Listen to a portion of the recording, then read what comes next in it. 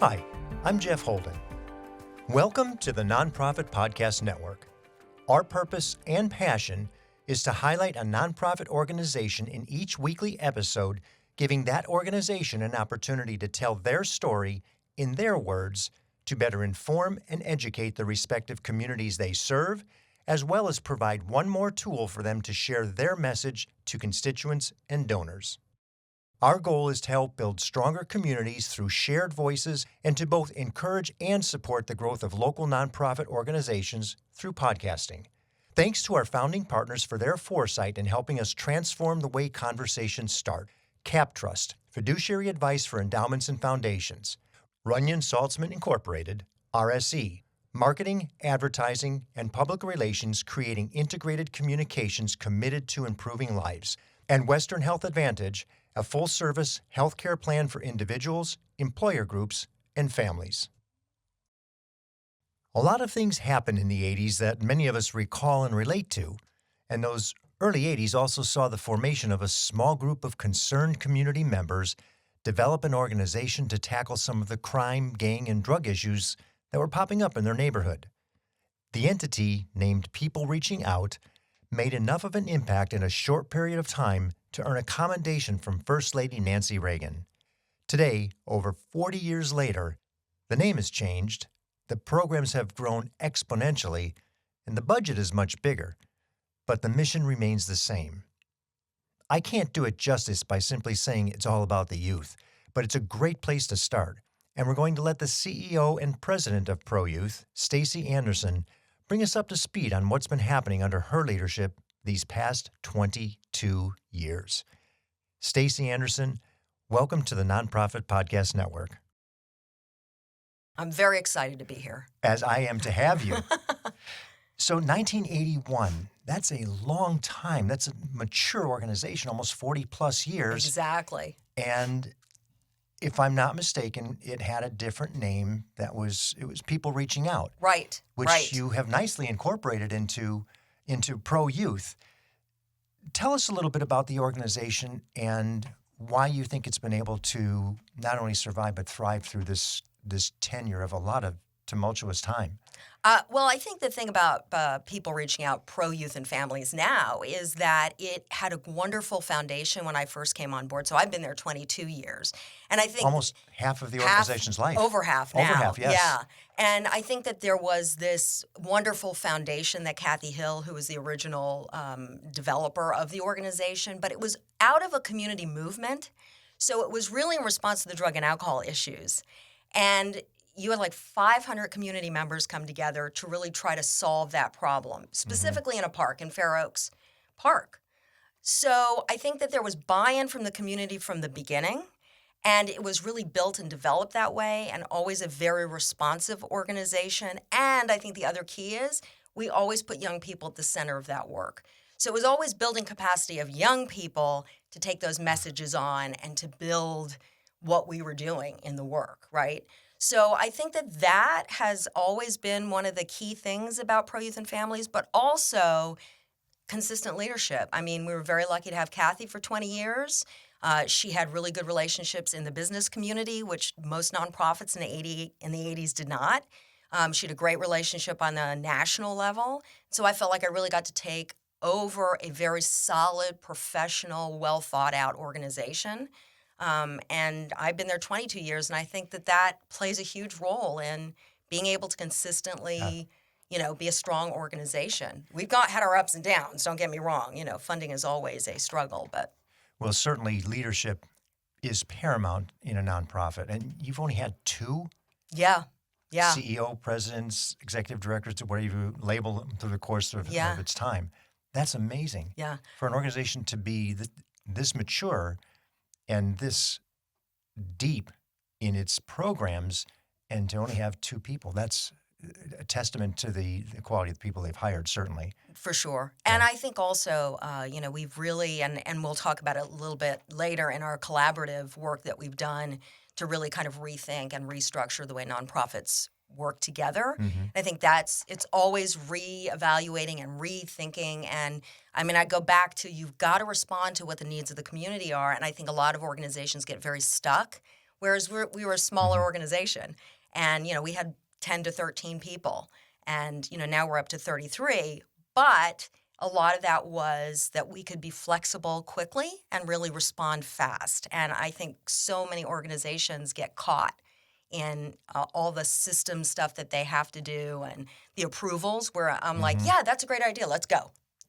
Right? Because you've been there, done that. Exactly. Yep. And I know how to work with the systems that exist. And we are pretty good about getting federal funding and state funding and those sort of things. But And we'll touch on that too. we will. In terms of the organization itself, you say it started as a substance use disorder for youth. Really prevention.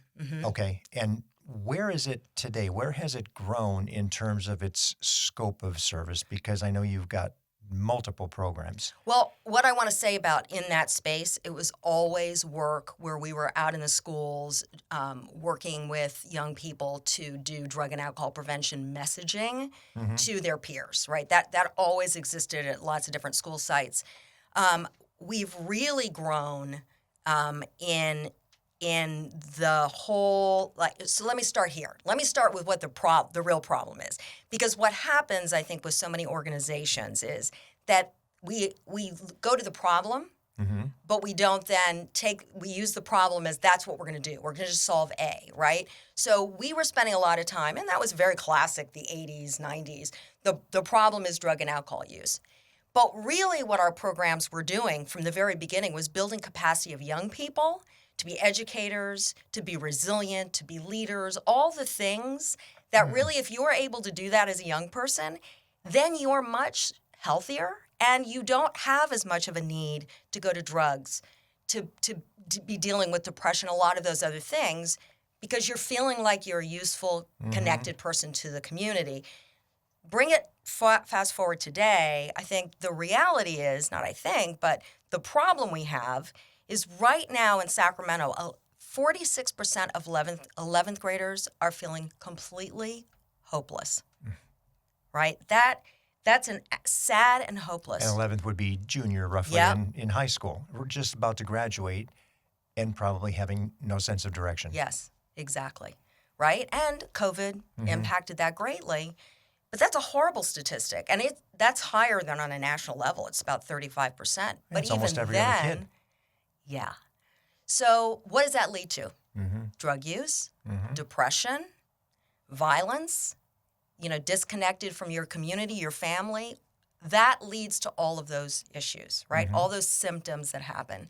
So instead of directly saying, let's deal with drug and alcohol, let's deal with depression, what we do is we have created programming that then builds all of those resiliency skills that young people need.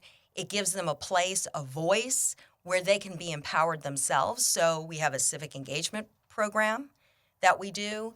We have relationship skills programming. We've just developed, actually through COVID, a mental wellness program that we're delivering. Yeah. And we're doing this in over 62 different schools. And My next question, how broad is the reach at this point? About 14 school districts and 67 schools. And our goal is really to take a lot of our work on a national and statewide, which we can talk about in a little bit more. But that's really, it's bringing those services into the schools and to the community and to our partners. How does the school teacher leadership in the institution identify you as an opportunity?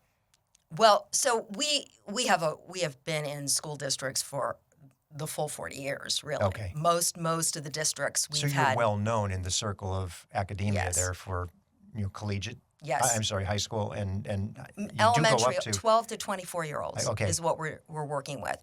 And we have really trusted relationships.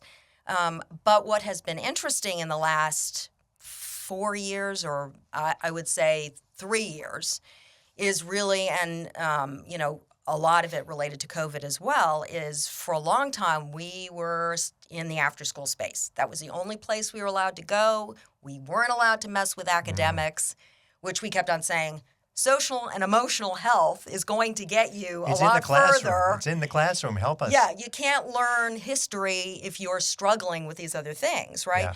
So interestingly enough, and for all sad reasons, a lot of schools are struggling with violence. They're struggling with their kids being so depressed that they can't even show up to school. Or when they're there, they're totally disconnected.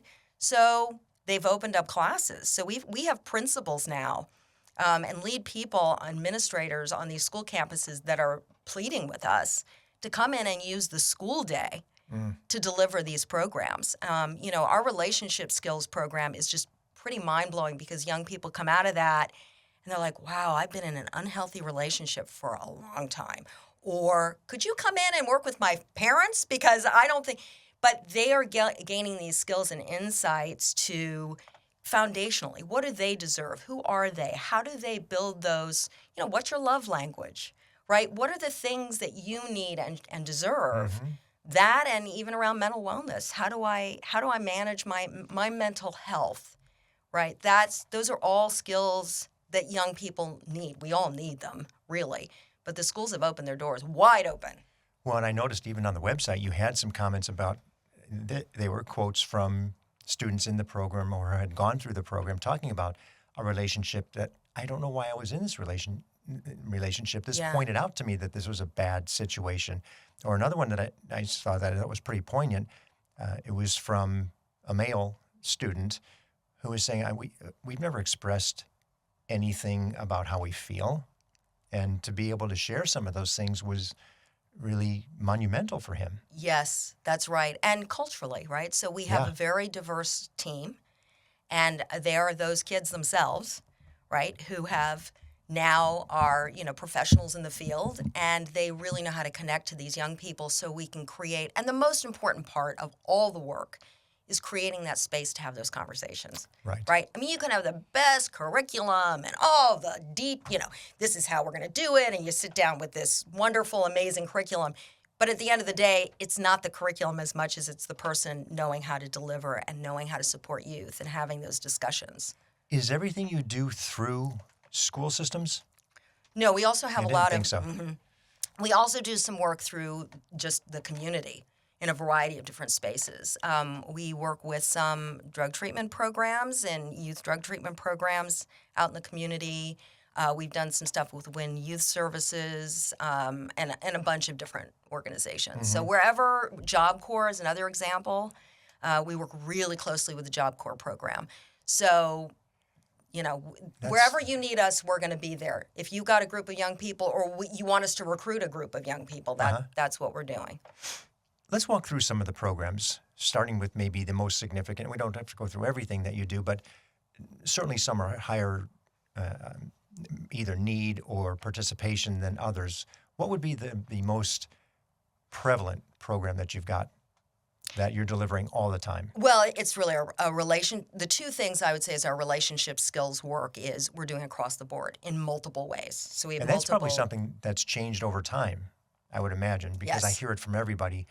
It's conflict resolution. Nobody knows how to deal with people. Yeah, absolutely. Yes, definitely. A lot of it is, I think the foundation of all of our work is for youth to become familiar with who they are and what their goals are, right? And acknowledging what their needs are, how to just self-regulate their emotions. I mean, there's a lot of that need that everybody, I talk about young people, but it's not any different. I'm smiling. I was just about to say, it's not just youth. No, exactly. I think that those programs, and then really the Mind 16 is a curriculum that we developed during COVID. I love the name of that too, the play on 916, that's right. yes. Well, 1 in 6 young people struggle with mental health. That's where it is, because a lot of people think it's 916, but it's not. Okay. Yeah. 1 in 6? 1 in 6. Mm-hmm. Wow. Right, exactly. So during COVID, we had people other community partners come to us and go, you're in that youth development space. We put youth at the center of everything that we do. We know how to work with young people. They were like, we need a foundational mental wellness curriculum, not a mental health, it is health. Sure. So we worked with the community and built out a program, a curriculum, that we just put together and then started delivering it. We worked Sac City Unified School District. We served over 300 young people with the program. And It is an incredible for young people. They just feel like they gain all these tools that they know how to meditate now. They know when they're feeling stressed, what are the tools that they need to be able to de-stress themselves.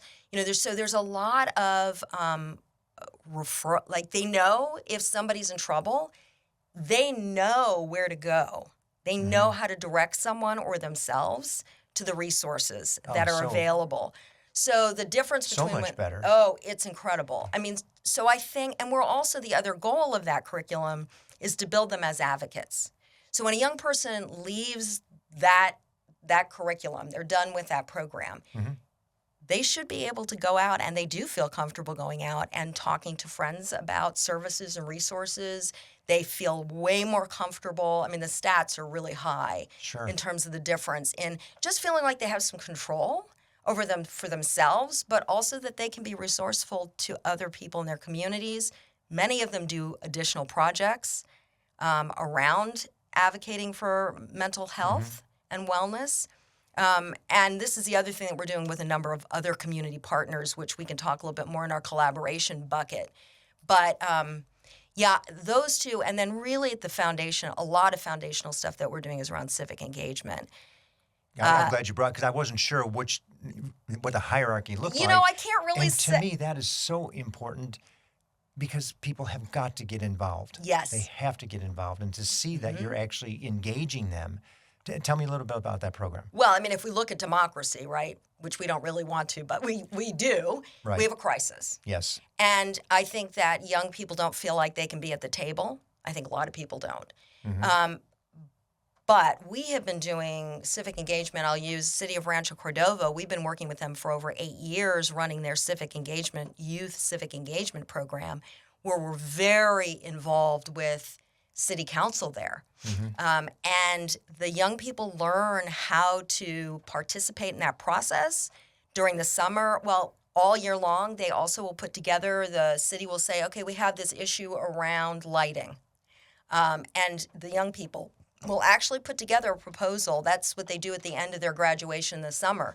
They all put together proposals around things that either the city has acknowledged they need support on, or they themselves have said, one of the things is they had a youth center that they were building in the city of Rancho, and they're great. They were wonderful partners. But they were building this civic center, right? And they asked the young people, design what that civic center would look like. Which makes total sense, because who's going to be the beneficiary? Correct. They're going to be young adults, and then they're going to be parents with children, and that's when it's going to be a mature civic center. Right. And when they presented that to the city council members, right, as well as the city manager came up to me at the end. He goes, they created a whole mental health space. They wanted this whole space where people could just feel, like there were services, there were resources. I said, yeah, that's right. That speaks volumes, doesn't it? He was shocked. And that was probably 4 years ago now. Okay. I think it was before COVID. I was just going to say, that would have been pre-COVID. That was before COVID. Can you only imagine post? Yes. You'd have half the facility as a mental health and mental wellness. Exactly, right? So there are things that they would never have even thought of. Yeah. But now they had young people involved. And what happens for those young people, it's empowering. Yeah. One young woman who participated in our civic engagement program was part of the women's wrestling team in, I think it was, I don't remember which high school in Rancho Cordova. It might have been Cordova High. She had no mats. There was no space for them. I mean, it was like they were not given any of the support that the men's was, the boys. And she said to me at the end of the whole thing, she goes, you know what? I went and I advocated with all the things that I had learned to do through civic engagement, I advocated for us to get mats and to get uniforms, and we have it. That's awesome.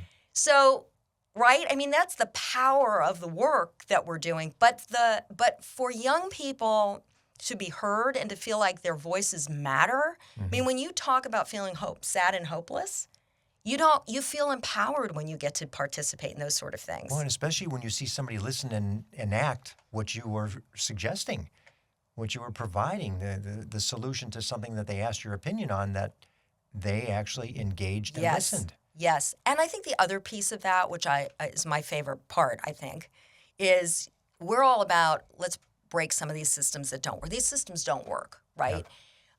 And so a lot of times we worked with SACOG around doing a youth advisory board. So we partnered with them on doing that. Sacramento Area Council of Governments, for the benefit of those who don't know what that was. Yes, thank you very much. I'm glad you did it because I'm like, am I going to say it right? And they asked us also to develop a youth advisory board. They're running it now by themselves, which is awesome. And the very first time they came up in front of the council, right, the council was like, well, they want to take a few pictures. You know, that's what they want to do. They were sitting in the audience, and they asked questions that blew the council's minds out of the water. It was like, oh, yeah, they're not here to play. So I think that's with all of these systems. Well, we also do a youth advisory board, a behavioral health advisory board for the County of Sacramento. So we've worked with the County of Sacramento to put together a behavioral health advisory board run by young people. With all the advisory board, they have to play the same frustrating roles. You know, the rules and regulations of Brown Act and all that stuff. Yes. But they are being asked to come to the table and talk about the systems that the county puts together, and you know, they really want their input. So what a difference that makes, right? When you've got a voice at those tables. Well, in so many ways, too, because not only does it work toward resolution for the problem for that group of students at large, let's say, but it's also giving the students that are engaged in it that civic opportunity to see that it really does work sometimes. Not always, but it, you know, more often than not, it works. Your voice matters. You do have a seat at the table. And because this is to benefit you in the long run anyhow, you know, we have to look at our youth for what we're doing for the future. Yeah. And I think we have to really give them the tools so that you're not just standing there yelling and protesting. There's a place for protests. I'm not saying there isn't. But you understand, if I talk to so-and-so, and if I look at what are the return on investment for both ends, right? The earlier that we can teach young people how to negotiate that, the more how much better we are, right? And when is it time to blow up that system? There are times. Not physically. We don't want that. But, you know, I think that makes them just so powerful. It amazes me the opportunities that this program is providing for so many students. And you're not just in underserved communities. You're general population. You're everywhere, inclusive of, you know, underserved. But I was looking at a wheel I think you had up there in terms of the distribution of the programs, and it was every ethnicity. Oh, yeah. You know, everybody was represented, and it didn't have this high density in one particular category, which was really neat to see. Yeah. And I would imagine at some point they come together too, whether you're from, you know, Folsom into Elk Grove or, you know, Sac City to somewhere North County. Right. Yeah. Well, a lot through our civic engagement program also allows people to apply on a larger scale so we can do more county-wide work. Right? So, yeah, I mean, it builds off of each other. So a lot of times young people also who are in our programs on school sites then move into the role of civic, wanting to do more of the civic engagement pieces. So, and some of those young people are actually on our youth advisory board as well. Which I really like, too, because now you've got once you've had the exposure, you get a taste of what it's like, and you just want to continue, and other friends will see you engaged. And even though that friendship circle may not all want to be doing the same thing, at least they see that there's something productive coming from it, as opposed to, you know, a different route that you could go just as easily. And there's a confidence that gets built, and we've got, you know, great universities here and great colleges. So it just feeds all the way through. And you said, so 12 to 24, 24 would be the high end, that'd be the college graduate, somebody on the outside of their education. Is it always in a scholastic setting? No. Okay, good. Thank you. Really, the 21 to 24 tend to be young people that are really out of those traditional systems. Okay. That's a lot of, you know, I mean, I think Job Corps is a great example of where we reach a lot of young people in that site, on that setting. So, yeah, we're not really working as much with the college. That's actually a lot of our staff are that age, but yeah. And tell me a little bit about the staff. Now, you've got these programs, 33 people, full-time employees. That's a a good-sized staff. Yes, it is. A lot of fun to manage that number. What do they look like? What does the staff look like? How are they trained? What's required outside of the administrative functions? Yeah. Well, it's an incredibly diverse group of youth. Not youth, young people, but a lot of them are young. Yes. Right? And, well, we have just a huge range of age ranges, too. A lot of people come right out of, either high school or college into our programming, and a lot of people, they start working within the classroom setting, but they have such different experiences of, culturally their backgrounds and where they come from, as well as experiences. Mm-hmm. So, we were just actually having this conversation the other day.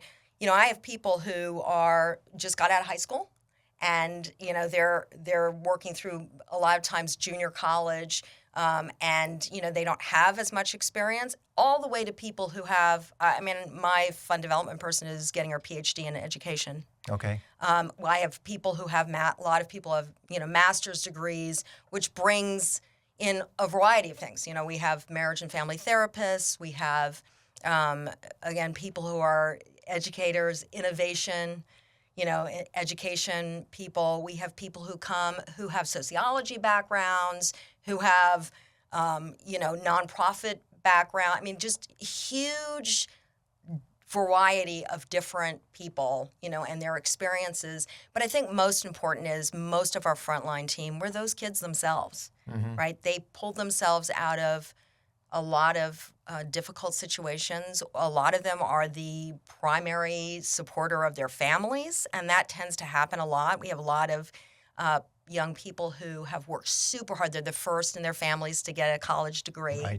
Right. Or graduate high school in some cases. Or graduate high school, exactly. So they really understand the young people that they're working with, and we really try to match up the schools with what makes the most sense. Like who's going to connect to certain school sites where, certain school sites have a larger Hmong population or have a larger African American population, whatever that looks like. Right. Right. We really try to do that. And sometimes people who have came from that high school are now back at that high school. There's a line that I heard that you are best prepared to serve the person you once were. Yes, that's a nice line. Isn't it? Yeah. Well, the other thing I think that's hugely important is that we do a lot of training, and we do a lot of so a lot of our team members are just unbelievable. And we actually end up going out to different partners and training them up on classroom management. Yep. But it's all the experience of our team where they've learned how to do that, and now they're sharing it with. We have teach backs all the time, which I thought was just a great idea of our which is literally sitting in a group. Our team comes together, and then they show, okay, this is how I did this particular curriculum on communication, and then they'll show it to the team, and then the team will teach it back to them also. So that there's a lot of, this is a thing that you could do that would make it even more exciting. Or within that classroom setting, maybe you want to do it this way. So it's always peer-to-peer learning. Which is nice because it's not just best practices down. I like teach back because as you were saying it, I'm thinking, okay, this sounds like best practices until you said it's coming back up. Yeah. It's a 360. Yep. Because that's where you learn, right? Yeah. And when you're in the classroom, it's a crazy place to be. Right. Even more now than ever before. Right. Like you just don't know what's going to happen. So how do you manage that? And what are the different issues? And a lot of kids being really hurt and feeling isolated. And, sure. It's hard to be in those classes. Let's take a short break from our discussion with Staci Anderson of Pro Youth, and we'll return to learn of the tremendously collaborative machine this agency has become. I was in the media business for over 35 years and had the great privilege of working with Runyon Saltzman, RSE, Marketing, Advertising, and Public Relations. We collaborated on many different campaigns, but their commitment to the nonprofit sector hasn't changed since their founder, Gene Runyon, started the agency. Over many years and many campaigns, Runyon Saltzman has been committed to improving lives by tackling California's most challenging issues. Guided by research-informed strategies and insightful, creative solutions, RSE develops innovative communications campaigns that raise awareness, educate, and reduce stigma in diverse communities throughout our state and beyond. To learn more about RSE, visit rs-e.org. Hello, this is Scott Thomas with Cap Trust in our Sacramento office. I specialize in working with local nonprofits and associations. Annually, we survey private and public nonprofit organizations across the country to better understand challenges they see in today's environment. In our more recent survey, we heard concerns about proper board governance, mission aligned investment, and how to implement alternative investments. If you would like a copy of the survey or to discuss your organization, look me up, Scott Thomas at captrust.com. I'm thrilled to have Western Health Advantage partnering with us as they do so much to support so many nonprofit agencies in our community. As a truly local health plan, you'll find individual and family options, employer options, plans for CalPERS and Medicare Advantage. From medical services to pharmacy, health and wellness support, as well as behavioral health care, Western Health Advantage has a plan that fits what you need. As an employer, for profit or nonprofit business, individual or family, you can find more at westernhealth.com. Let's talk a little bit about the collaboration, the people that you do work with, because you touch so many different organizations, Yes. and that's a big part of the program itself. We are trying to connect people too, where somebody maybe didn't know that there was an organization that is almost in the same space or could be really supportive to their cause if they knew. Who do you work with predominantly, and then just the scope of connectivity? The story goes, because there is a story related to our. So the other bucket is the collaboration, which is the Youth and Family Collective, which started about 8 years ago, and really that was the idea. So at the center of everything we do is putting young people first. One organization can only serve so many kids. Right. You know, we serve about 3,000. That's a lot of kids, and that's increased over the years that we've grown. But how I think my constant frustration was that we were all fighting over money that didn't exist. In the youth space, there isn't very much money, right? And so I really was tired of the fighting, and we were so busy chasing small dollars that we weren't going to have a large impact. And young people, this was before COVID. So I just started bringing people together in the community, lots of different nonprofit organizations that Big Brothers Big Sisters, Reading Partners, LGBTQ Center, and we just started talking about how do we do business differently. And we're all just going to get naked, right? And we're going to share what our fears are, what our thoughts are, who our partners are. How do we redo this space? And through that, it was about 3 years of just kind of what are we going to be and how do we do this? And organically, once COVID hit, I had really been working also with corporations and government entities, specifically the city of Sacramento. I'd had somebody on coming to those meetings. COVID hit, and now all of a sudden we had, a lot of money through ARPA, so funding, right, CARES Act dollars, and a desperate need to get money out into the community. So we partnered with the city through our collective model, and we've now brought in over 72 different partners that we've been able to work with. So the goal was that's really in addition to the school systems. Oh yeah, that's a totally that's different your foundation. And so there are two ways we do our work. One is our team is directly delivering programming. The second is through the collective, right, which is bringing in bigger dollars and then pushing money out to smaller organizations that really are trusted in those communities. And saving them the trouble of all the grant writing and all the presentation, stuff they can't do. Documentation that they can't do, right? Yep. Because you can do one or the other, but you can't do both. And in that process, we've been able to help support build in real, I hate the word capacity building because, everybody tries to do it, but it's not going to happen. And now it's a phrase, right? But we've been able to really teach them how to do data input. We've given them the tools to be able to do that. So they walk away from a project that's a collective project. So collectively, during the summer in 2020 or 2021, we were able to serve 900 young people in 3 months, get out $1.2 million, right, with this wonderful service learning project that was 20 hours of learning a different curriculum around different topic areas and 20 hours of giving back to your community. And those young people earned $500 each. So They actually got something, they too? got money for it. Boy, Yes. that'd be a talk of concept amongst peers. And next year, we got to do this again if it's funded. Yeah, well, and we've been able to, through multiple funding sources, we've been able to continue doing those projects where we're training young people up on different topics. But it's a collective. It's our thing is, how do we take a project like that and work with community partners that are trusted? So now we're reaching way more youth together, and we're building the capacity of these smaller organizations to where they want to be built.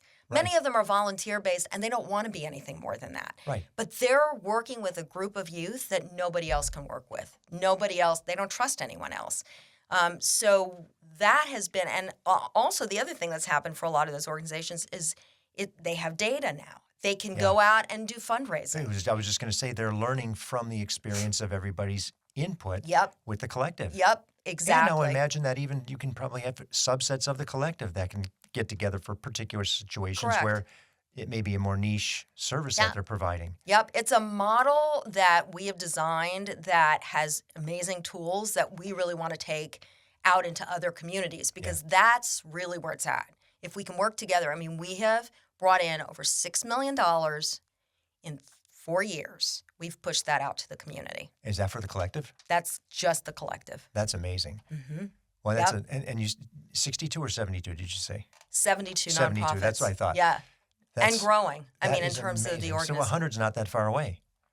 No. In the scheme of things, because they don't come in dribbles and ones and twos. They come in once one shares, you probably get 3, 4, or 5 in a particular area. Yep, and in the projects that we're doing, they apply. We make it a very simple application process, and we're really supportive of wanting to make it as easy as possible so that they can, actually deliver the work out to their youth. Yeah. So, we've just had great results around that. That's wonderful. Yeah, That may be, and you had that number right off the top of your head, the fact that you're aware of that, a lot of the organizations we speak with, they rely on other organizations as well, but nothing to the extent of that, short of an impact foundry that's servicing as a resource center. I mean, you are very similar. And I think there's another collective for foster children, the Alliance up in Placer County, something like that, where they do the same thing, but they save all that administrative grief that so many organizations have to deal with. Yeah. Well, and it just has gotten worse. I mean, it's super. I mean, most of our funding is federal, and I'm not even complaining about the federal. It's more of the that's local, our next question. State, and all of those. State agencies, county agencies. I mean, the backup. Even the districts now, the backup documentation, the percent of overhead that you can only do 10% indirect if you work with the state. Now there's some, things that California Association of Nonprofits is trying to push, but that's insane. So we're being asked to do a lot of things that a business would do, but they don't treat us like a business. No business would take a 10% indirect. Now, we filed for a federal indirect rate. Now we have 21%. But that's, to manage any of these projects is super complicated. Yeah. Super. The back-end administration. Which it just goes to show the benefit of a collective of sorts, where somebody can handle all that, so you can do what you do best. Because that's not it. Nope. And as most of us, administration's not the thing we want to get caught up on. We're here for a purpose, not that. Yep. Well, and even applying for 501c3s and staying up to date on those things. I mean, you to even receive federal money, you have to make sure that all those things are in place, which we actually help the smaller nonprofits be able to do that too. Yeah, and that's where that tenure comes in, because you've seen all of it Yes. for so many years. Yes. Let's talk about the funding. How are you funded? And you're a reasonably sized organization, somewhere in $5 million range? We are now over $5 million. Congratulations. Yes, thank you. Well, that's good and bad. No, it's amazing. We went from more is better, I'm sure. More, yeah, it's good. Well, you can build out a team that way. Yeah. And I think that the organizations, when you're like, before we were about an $800,000 organization, you have about 13 people. You never have then what you need for your communications, which you need for your marketing. You never have fund development, and there are multiple strategies around fund development. So we're a bigger organization now, and most of our money is federal. And the thing that I always say is, we're bringing a lot of money into this community. And I think that's the other thing that people don't talk enough about. I totally agree with you. The value of nonprofits to a community is so significant. And the fact that Sacramento has 13,000-ish of them. Now, many are totally volunteer. They're not siphoning funds off. But, I mean, if it was 6,000 that are using funded organizations, that's a lot of money. Yep. That's a lot of money. And there's a figure for the state and what the value is. I don't know it off the top of my head. But it's billions. Huge. It's a huge entity. It's a huge business sector, and we need to look at it and treat it as a business sector and give it those benefits to what business looks like, as opposed to thinking it's something different, because your job is every bit as difficult as somebody who's running a for-profit business, and in some cases more so because of the documentation that you have to have. Yep, absolutely. And if you look together, if you don't, I was just having this conversation the other day. People want you to be very, kind of pathetic on some level, right? I mean, they want to help. Yes. If you don't look like you need help, they don't want that. Oh, you're good. Oh, you don't need our money. So as you get bigger, also as an organization, right? Well, why would I donate to that? You seem to, but I think the bigger conversation is really around the unrestricted money, which is everybody that's the magic, right? But I think that the worlds between unrestricted dollars and the nonprofit world is horrible, right? And I think the unrestricted, those dollars are really hidden, and they're not. You have to dig, and really have whole different relationships to be able to get to the money, to connect those two entities. Do you find that the local donations tend to be more flexible, more unrestricted? Obviously, because your federal stuff, it's going to have criteria around it. No, a lot of the local funding is, some is great. We have some really, I have to say, we have a magnificent partnership with Sutter. Kaiser has always been really, really supportive also in the work that we're doing. So, I think that there are some foundations too, and that is Sutter Foundation. So I feel like they give us, there's still, Sutter's and Kaiser are really focused on our Mind 16 programming. And they're really great to work with. But we have a lot of contracts in schools. We have contracts with county. We have and do those look like fee-for-service then? Yeah. They're more of a fee-for-service. Okay. Yeah, exactly. Good. Yes, yeah. But that means that you have to bill out, and they don't give you any indirect, right, a lot of times. Okay. So it's really, you're in the class, this is a dollar amount. If you're not there that day, it's so, but the back end detail locally, I think on some level, federal has been, knock on wood, but has been much better, only because we also can get our money. The minute we deliver the service, we can bill and get a direct and get our money back into our account. When you're dealing with all these other entities, you can spend, everybody complains about this, right? Cash flow. So months and months, or people want you to start programming immediately, but you get no money. Yeah. So this is a lot of California Association of Nonprofits is working really diligently at the state level to try to change some of these things and working with the government entities, but they're no joke. Let's talk about need. If money were no object, what would it look like? What would the organization look like? How different would it be? Even without money being, I think without money being an object, and I'm just going to say I'm going to do exactly the same thing anyway, because we started the collective with no money. Nobody's ever supported that effort.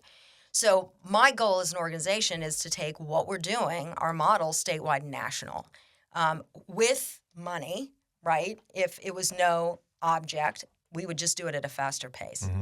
Like I would be able to really look at models where how do you take the YFC, the Youth and Family Collective model, how do you expand that across the nation? How do you take our Mind 16? Because our Mind 16 model is really about building community members' ability to deliver the curriculum. And both are scalable. Both the collective and the Mind 16. Completely scalable. So if I had unlimited dollars right now, that's exactly what I would do, is I would build a team to help us do it at a faster pace. Because I think the urgency right now is incredible. Like, we can't even begin to meet the crisis. Have you seen interest from other communities outside of the Sacramento region Oh, absolutely. inquiring? Oh, yes. Our Okay. Mind 16 curriculum in particular, a lot of we're actually starting a partnership right now with Sac County Office of Ed. I mean, we work with them on a number of things, and we're going to be training up some of their peer-to-peer leaders that they have on school campuses, training them up on the curriculum, but statewide.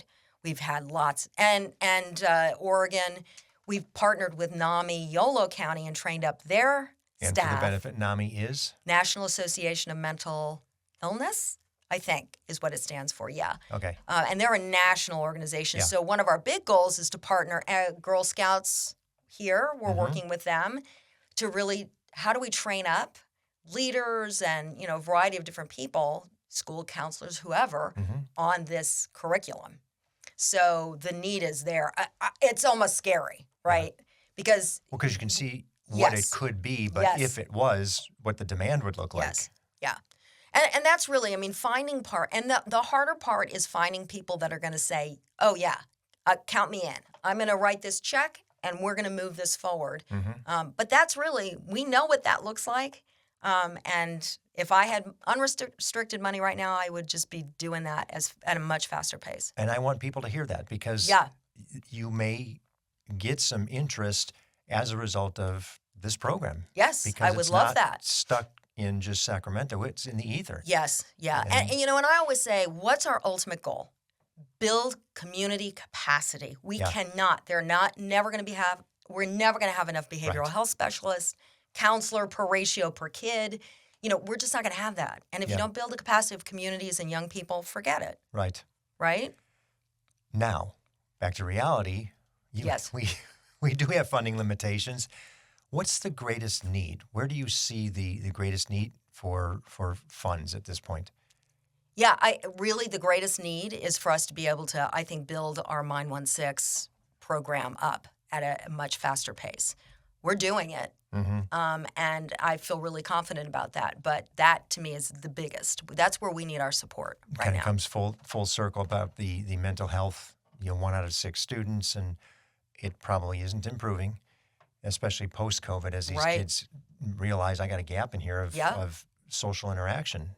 Yep. And I think we can see what caused a lot of it, Yeah, but what does it look like coming out of it? right. Well, and I'll go back to our stat. 46% feel sad and hopeless of And- 11th graders. That's a horrible statistic. Right. Yeah. Right. The hopeless one is that word right there is, Yeah. is such a striking contrast to what life should be at 11th grade. And young people come out of our program, and we measure this across. We have a really great evaluation team. Mm-hmm. 88% of young people come out of our program saying, I feel hopeful. Wonderful. You have something that I saw on the website, and it's reports. You have accountability there. Yes. Tell us a little bit about that, because not everybody shows their performance the way you do in what I saw on the site. So for 18, 19, 20, actually, as long as I've been there, 22 years, Pro had started really building out what an evaluation team internally, which was, you That's don't progressive. find. That's very progressive. You do not find a lot of nonprofits with that. And we now have an incredible team of people who that's all they do is we collect all our data from all our programming across the board. We measure certain things with every program, same core things about feeling engaged and hopeful and all those sorts of things. So it's a lot, and we can really pull a lot of information out and tell you about our young people, the diversity of our young people, the background experiences of a lot of our young people, and then what our programs are actually doing for them. So, and that data is available to us. Like, I look at that data on a fairly regular basis. And you've been doing it long enough, you can see trending Oh, and movement and what it looks like over time. And Yeah. I'm sure it's changed considerably. yeah, Not necessarily to our advantage. yeah, that's for sure. Is there anything that outside of the actual dollars and cents of the organization that you see as potential challenges down the line as you look to next year or 2 years out? I think the challenge is just always trying to keep up with, a lot of the restrictions of these systems that we work with. they're getting more and more complicated. Mm-hmm. I think that that's one of the challenges is having the flexibility to really do what we need to do as an organization and respond fast enough to what young people need. We're always fighting, God bless school districts, but there's so many things within those systems that make it difficult to be able to deliver programming the way we need to. I mean, I think we've done, because we have such good working relationships, I think that's gone well. But I think that that's always, it's fighting through these just levels of funding restrictions and, school system restrictions. And, and I feel like in people's attempt to try to fix things, a lot of times they actually make it worse. Yeah. And as money gets tight again, which it is, right. That's where you go back into this very, the most wonderful thing about COVID was nobody knew what to do. It was like a candy shop for innovators. So it was like, oh, okay, nobody knows what to do. This is my favorite time. And we all could come together from different systems and just break down those barriers. We came up with some wonderful solutions, and then all the money, all the money's going away. And that's when people get nasty, tight with their dollars, Sure. competitive, and all of those things. So you had that I CARES Act see that. funding. It was like the bubble in the snake's belly. Yeah. It just came in and everybody Right, got a piece of it. exactly. And all of a sudden, Yes. now it's dissipating and Yes. people are lost without it. Absolutely. Yeah, it created our stomachs were bloated after that. And our expectations of, yes, it should be a few $100,000. It should be $1 million to be able to do it and deliver this program. Right. And, when you start to ask for money like that, now funders get mad at you. What are you thinking? I'm thinking that you really need $1.2 million to actually deliver this out to the community, right? How dare you ask for such large sums? But I think that's going to be a lot of the challenge now is systems wanting to go back into what they were, and lack of money always does it. But there's plenty of money, as I said that. There's plenty of money. It's just we need to change Properly the way we're distribute and, and change the way we're doing things. Yep. Yeah, and we don't want people to hear plenty of money and cease. No, there's plenty of money, but we That need we more. don't have. No, Yeah. we still need more of it. Yeah, well, there's money that we're not having access to. Yes. And I think that's always the barrier, right? Yeah, and I've heard this from several organizations too. Money isn't really the issue. It is individually for the specific either program that you want to roll out or the individual entity, but the money's here. It's in many cases just misallocated. Yes, 100%. And some of it's being burned. It's just wasted. Oh, just huge amounts. Yeah. Huge amount. If somebody tells me they need to do another report on the state of young people, I could be very dangerous. And people call us all the time. Can we do a listening circle? Can we do No. The young people have told you 28 million times that the answer is not going to change, and we don't need more money doing that. But this town, because it's so policy and political, they just want to do reports. Yeah. So they throw a truckload of money into doing that instead of the actual delivering if that money went to the service and the provision, it would be so much better. Oh, yes, it makes me crazy. I'm glad you said that. Yep. Good. Yep. So I want to read something as we wrap up here, and especially because we were just talking about hope. And one of your lines, it's your tagline is "Hope rises here." Yeah. This is right on the website. Pro Youth's mission is to inspire, educate, and mobilize young people to build a healthier future for themselves, their families, and their communities. We envision a future where all young people recognize their value, have access to support and opportunities, and believe in their power to be change agents in their community. I don't know, that's a wonderful, mission statement, purpose, and vision as well, because it looks forward. That's right. And I applaud you for what you're doing and just the envelopment you've got with so many tentacles into so many places in the community that service youth. Thank you. So thank you. Yeah, thank you very much. Yes, for that feedback. I think that's exactly right. Yeah. And we are in a hurry. We need to do this more, right? So for everybody that's listening, we are in a hurry. Let's get the funds coming this way. Funds coming. Stop with the Write nonsense the check paperwork. whenever you're ready. Yeah, exactly. Staci, thank you. Thank you so much. I really appreciate this opportunity. Likewise. Yeah. I hope you enjoyed the episode. If what you heard moved you, please reach out to that organization and do what you can to help. If you like and appreciate what we're doing to support local nonprofits, please give us a positive review, subscribe, and share. If you're a nonprofit with an interest in participating in an episode, you can reach me at jeff@hearmenowstudio.com. If you have a need for the services or products our sponsors offer, please reach out to them. CapTrust, fiduciary advice for endowments and foundations. Runyon Saltzman Incorporated, RSE, marketing, advertising, and public relations, creating integrated communications committed to improving lives. And Western Health Advantage, a full-service healthcare plan for individuals, employer groups, and families. The Nonprofit Podcast Network is a production of, is recorded at, and edited by Hear Me Now Studio.